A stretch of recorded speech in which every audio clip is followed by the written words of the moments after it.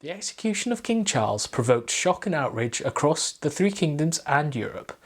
Never before had a king's subjects seen fit to execute their sovereign.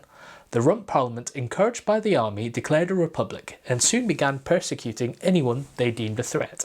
These persecutions increased when the Scots, their former allies, broke off the alliance and declared Charles I's eldest son, the Prince of Wales, as King Charles II, starting the Third Civil War.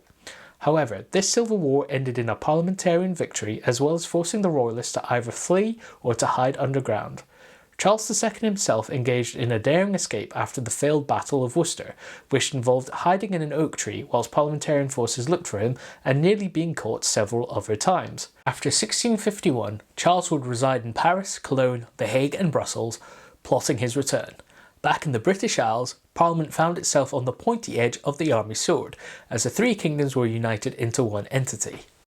Parliament, which had caused so much trouble itself both before and during the civil wars, continued to cause chaos. Despite being made up of a rump of members, they refused to go into enough radical detail for certain sections of the military, and to preserve the peace, Oliver Cromwell dissolved the rump and called the Barebones Parliament. This parliament contained members from England, Scotland and Ireland. However, it too was unable to do anything of note, and so in frustration, Cromwell dissolved it and assumed control of the Republic, which became known as the Commonwealth. From 1653 until his death in 1658, Cromwell ruled the Commonwealth with an iron fist, and for a time there was peace at home thanks to the overwhelming superiority of the new model army and a spy network led by John Thurlow. This internal peace allowed Cromwell to focus on expanding the Commonwealth's powers abroad. This included the First Anglo-Dutch War as well as an Anglo-Spanish War, the latter of which would see naval reforms allow the Commonwealth to capture Jamaica. Cromwell would die in 1658, having partially stabilised the Commonwealth and denied the offer of the crown. However, tensions lurked underneath the surface. Cromwell was succeeded by his son Richard as Lord Protector. Richard, unlike his father, was a weak-willed man who found himself unable to handle the competing demands of Parliament and the army.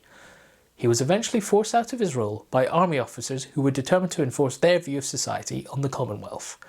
This meant that persecutions were ramped up and the Puritan worldview was brutally enforced. Christmas had already been banned, as had plays and sports on Sundays. However, this system could not last and the people eventually found their voice through General George Monk.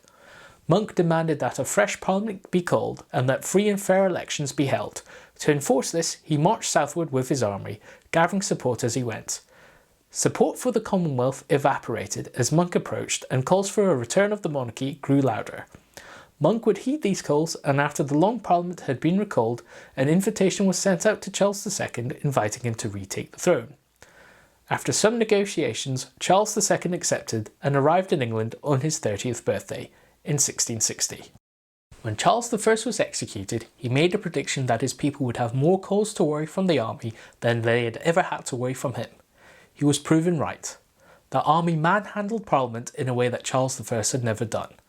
They banned festivities and events that made everyday life bearable, and they enforced a strict puritanical moral code that nobody else agreed with. Life became dour and grey, and eventually the people had had enough. To bring colour and joy back to the three kingdoms, the monarchy was restored. Charles II would live up to that promise, earning himself the sobriquet of the Merry Monarch,